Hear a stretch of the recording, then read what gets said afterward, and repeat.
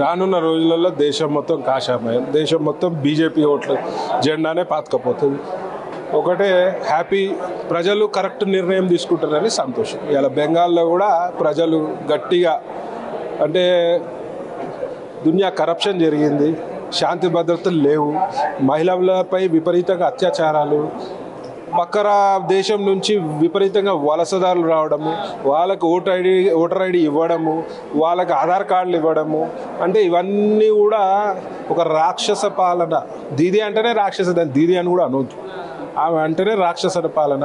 ఒక డాక్టర్పై అత్యాచారం జరిగితే కూడా ఆమె సమగ్ర విచారణ చేయలేదు, ఉల్టా రోడ్డుపైకి వచ్చి ధర్నా చేసింది.